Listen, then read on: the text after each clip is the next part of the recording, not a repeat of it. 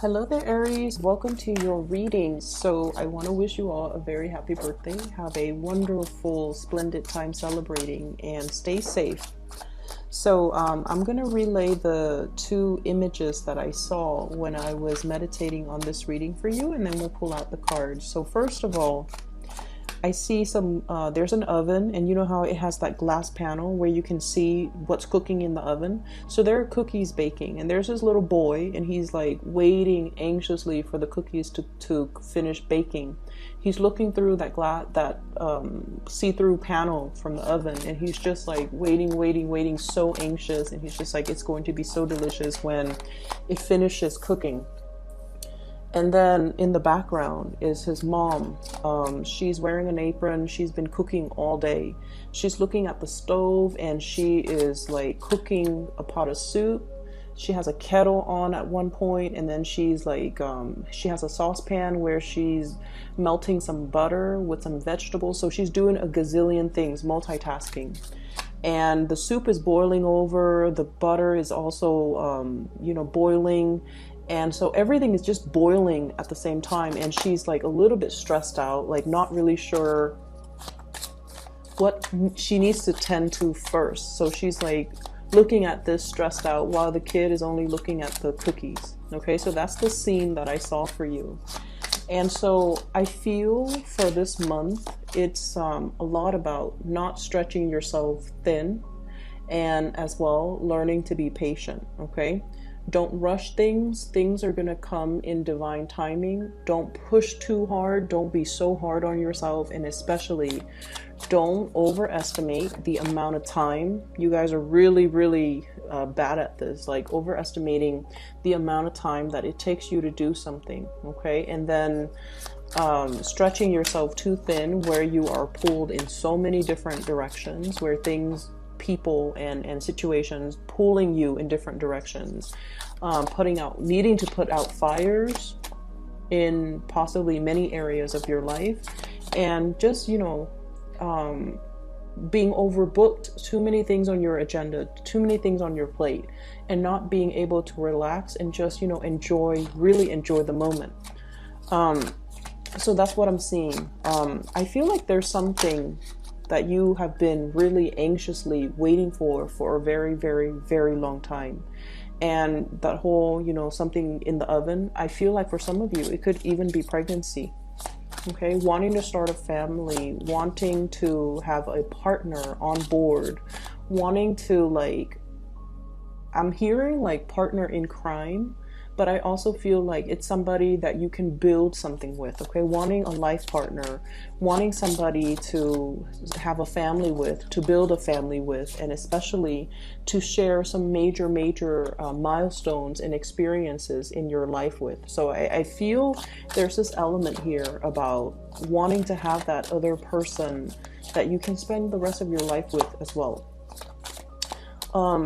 The other thing that comes through with the whole kitchen image, the kitchen is usually like where I would say where magic happens, where family and people come communally, share an experience together, where we nurture each other through the food that we create.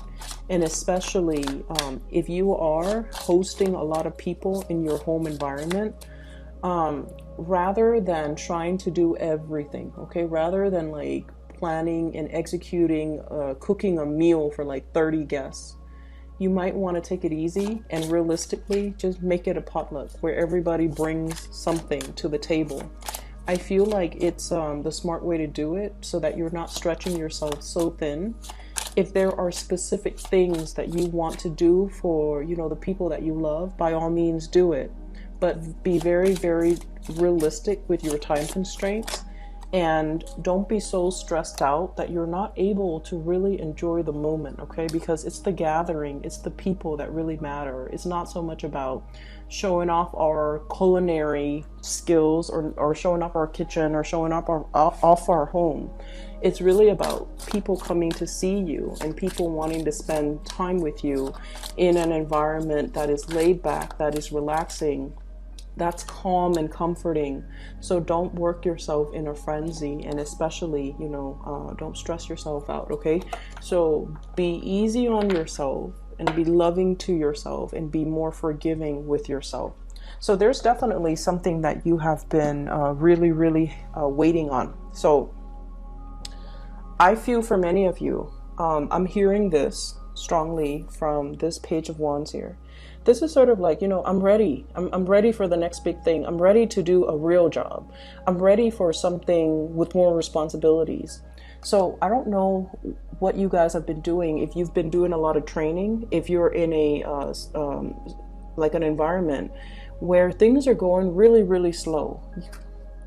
The Hangman, waiting in suspension, waiting for things to happen, being in a situation where there's a lot of work to be done. There's a lot of people or projects or things that need you. It's almost like you're there to help. You have the skills, you have the expertise, but for whatever reason, whoever is overseeing the situation feels like you're not ready. So they're not giving you that opportunity to prove yourself. They're not giving you that chance to get out there and get your hands dirty, roll up your sleeves, and just take care of things.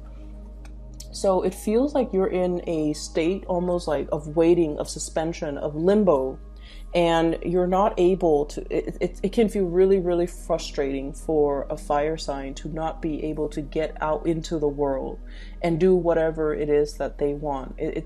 I feel like you might be in a capacity where you are learning things, okay? This is usually like going back to school, mastering a skill, mastering a specific concept, a theory, before you can go out into the world.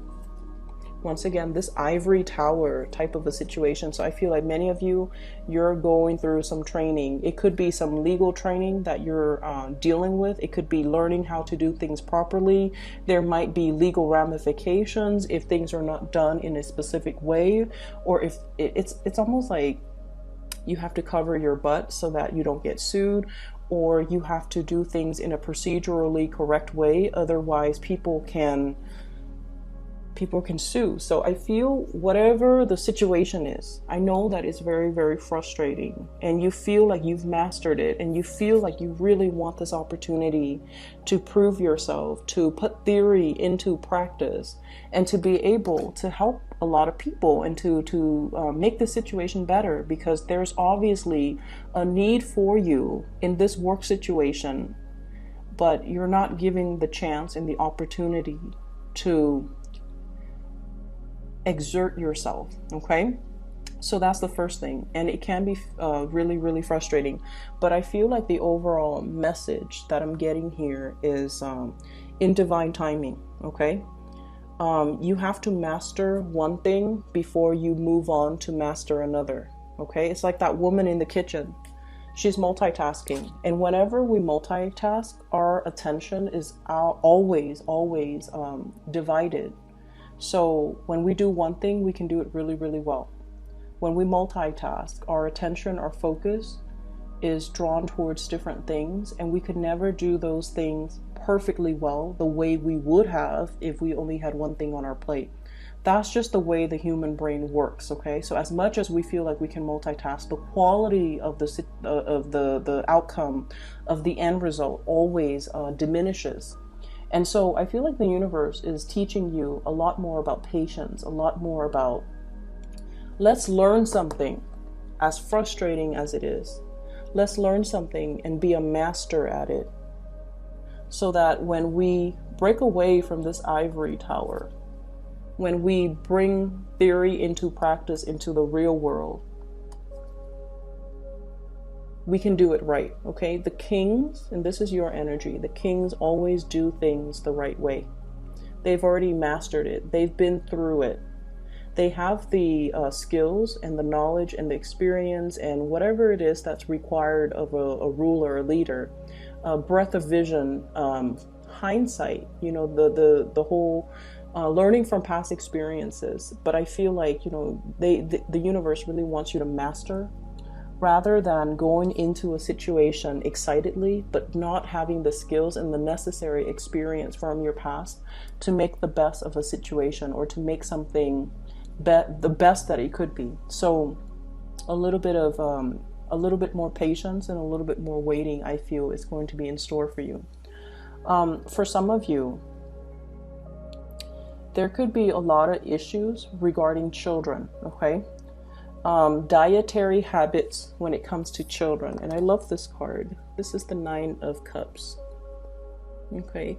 I usually think of this as like the binge eating, or a household that might be a little bit neglected, and then the children are eating whatever is around, usually junk food or usually snacks. The parents might be so busy, or the parents might not be in the picture, or there's some issues here. I feel for some of you, if it's not your own children, you might be dealing with a child, and you might be compensating, taking care of a child, or giving the child a lot of love and attention, or you're feeling like the parents of the child are turning their back on the kid. Okay, as sad as that is. So if it's not your children, I feel like you're experiencing this. You're playing the role of a caretaker. You're doing something to rectify a situation because you're just like, that's not fair. It's not healthy for these kids to be living like this, or it's not healthy for this child to be in this type of environment. So I feel some of you are stepping up, taking care of a person, trying to do the best for them. They might not have the best dietary habits. They might be very picky with food. And for some of you, if this is not a child, you're taking care of a person. Like, you're doing your best to really take care of a person. It can be a little bit difficult on your end because, you know, time constraints, responsibilities, whenever we take care of another person. And especially because you guys don't like to be weighed down by responsibilities, okay? You design your life in a way where you can come and go as you please. You can be in one city one day and the next city another day. Like, you design your life without baggage, without responsibilities, not because you're afraid of it, but because if you're not ready for it, you know yourself well enough to know you're not ready for it. So I feel like you have a little bit of resentment about somebody who has bitten off more than they could chew, and they're not taking care of their responsibilities. So it could be, you know, somebody who has children when they're not able to physically take care of themselves, let alone their children. And then you have to step up and kind of tend to this situation. It's like doing that damage control, like cleaning up after them. Cleaning up after the other person, not so much the children, but cleaning up after the other person, because they bit off more than they could chew, and they create more work, more problems for everybody else. And so you have a little bit of resentment that I'm sensing here. But I also feel like you're dealing with this person. Whatever contributions you're making in their life right now, especially if it's somebody you're taking care of, a child or somebody else, your efforts are not going unnoticed, okay? I feel like this karma is going to come back to you tenfold. Like, it's really good karma, because I feel like you're taking care of the situation from the goodness of your heart, and because you feel like the situation is not fair. The Justice card. Two people fighting over something when they're not really seeing the big picture. It's like ego battles, okay? Coming from a very petty space. And you're not tolerating that. You're seeing that there's wisdom that is beyond these people. You might even be the mediator in a conflict. You might be seeing the bigger picture, and you're showing them that bigger picture by being the bigger person and taking care of situations and not whining about it, and just, you know, doing what you feel is right. And it can be really frustrating too, because you guys feel like you can do so much more. Okay, so you feel like you can do so much more, but you're very cognizant about not stepping on other people's toes, not overstepping your boundaries, and also still holding the other person responsible. So like, you're not doing everything to alleviate them of the need to do it, to take care of their responsibilities. You still want to teach them that concept about responsibility so that they don't renege on what it is that they're supposed to do. You want to do more, but you don't want that to be kind of like that precedent where they rely on you and then they kind of sit back and kick up their feet. So I feel like you want justice and balance and reciprocity in a situation. and you almost feel it's like this inner conflict. With fire signs, we do what needs to be done. We don't want to sit there and discuss and delegate and talk things over and talk about our feelings. Whenever something needs to be done, we do it. And over time, when we keep taking these actions and keep initiating, the other person feels like they can sit back, and that can be really aggravating. It can be really aggravating, and especially in a situation where you feel like it's wrong. I have to do something about it. I have to step up. And then in the process of you stepping up, the other person steps down. And you're trying to find that middle ground. You're trying to find that balance to be nice, but at the same time, not enable a bad behavior. So that's what I'm feeling here. There's a little bit of tug of war and conflict internally within you guys. Like, how much should I do? How much is enough? So that's what I'm feeling here. So I definitely see for many of you, you're learning a lot about how to nurture, care for, and I feel like it's almost like you're being prepped to be the caretaker for somebody. You're being prepped to have children of your own. So if you found yourself like having to take care of children, all of a sudden children are really big fixtures in your life. I feel like the universe is prepping you to be either a really good mother or to be a really good father. Okay, to learn to be more emotional, to learn to be more emotionally available. You might be dealing with somebody who's very, very sensitive. Okay, could be a child who's very sensitive, where they're withdrawn. So if they're hurt, they might overeat to kind of like fill in that emotional void. Okay, or you might be dealing with a child that is a little bit more rambunctious. They don't really listen, and the more you force them, the more they resist. So you have to like really soften your tone and soften your approach with them. So for example, you might be telling them, this is what I call like a rambunctious child. Okay, Page of Wands. And Aries, as independent as you are, I feel like you naturally attract people who are very, very independent. And especially if you have children, they're going to be a handful because they're going to question authority. They're not going to take no for an answer. They're going to push boundaries, and they're smart, and they're just really independent. And so they're not going to take no for an answer. They need an explanation. They need a reason.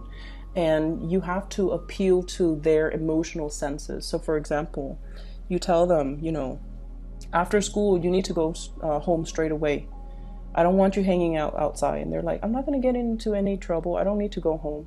But you need to tell them, like, after school, please come home. I'm really worried about you. It's getting darker now because we're in the winter in the northern hemisphere. It's getting darker earlier. There are, it's a bad neighborhood that you're passing through. So I just want you to be home. That way I'm not worried about you. Then when you're home, you can do whatever you want. So I feel like you have to make that emotional appeal with these children or these young people in your life so that they understand your restrictions come from a place of love rather than a place of punishment. Okay. And so we have to really change the way in which we communicate to kind of like convey what it is that we want or expect from the other person, and especially why we want that from them. It's not about us being mean or laying down the rules. It's because you care about them and you don't want bad things to happen to them. Okay. And I'm dwelling on that because, that whole cookies in the oven. There might be a child that's overeating, or somebody who's binging, who might not have, like I said, the best dietary habits. And I feel like their health might be catching up to them. And you have to be the one to kind of gently like tell them, hey, you got to lay off that thing that's not really good for your health that you're putting in your body chemically or, food wise. You have to kind of lay off it because I don't feel like it's healthy for you. And approaching that from a space of understanding and kindness is a lot more, it's going to make the other person a lot more receptive than approaching them from a place of harshness, okay, and criticism. So that's what I'm feeling here. I feel like for many of you, there's a lot of training that you're going through, and it's like, it's frustrating, I understand, but it's going to come to an end, and then you can kind of like spread your wings and practice what you preach. And you can have an opportunity, especially to kind of really have more independence to do things without people looking over your shoulders to see if you're doing things properly. And then I also feel as well in partnerships, I have 3 signs. So I have an air sign, Aquarius, Gemini, and Libra. And I have this here, King of Swords. You might be having a lot of discussions with this person if it's a romantic partner, okay? Over family trauma, healing past family issues. They might come from a broken home, or you might come from a broken home, and you're both bringing a lot of fears about commitment, fears about settling down. I feel like the love is definitely there, but both parties are bringing to the table a lot of like fears from their respective dating past, marital past, even family trauma. And I feel like you're healing together, but the process is still ongoing. So it's going to take a little bit more time. Okay. Others of you dealing with a water sign, a Pisces, a Cancer, or a Scorpio.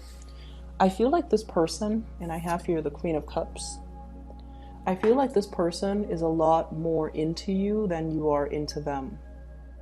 That's what I'm sensing. They really like you, and you know that they're a really good person. Like, you know they're a really good person. This is somebody, male or female. They could be the one that you want to bring home to mom and dad. You want them to meet your parents. You want to bring them around your friends because they're loving, they're kind, they're compassionate. But I feel like, I don't know how much fun or excitement or enjoyment you're getting out of this relationship. So I feel like there's somebody here that is really, really, really into you. Like, they're really into you. But I feel like they're looking for a relationship and you might be looking for fun.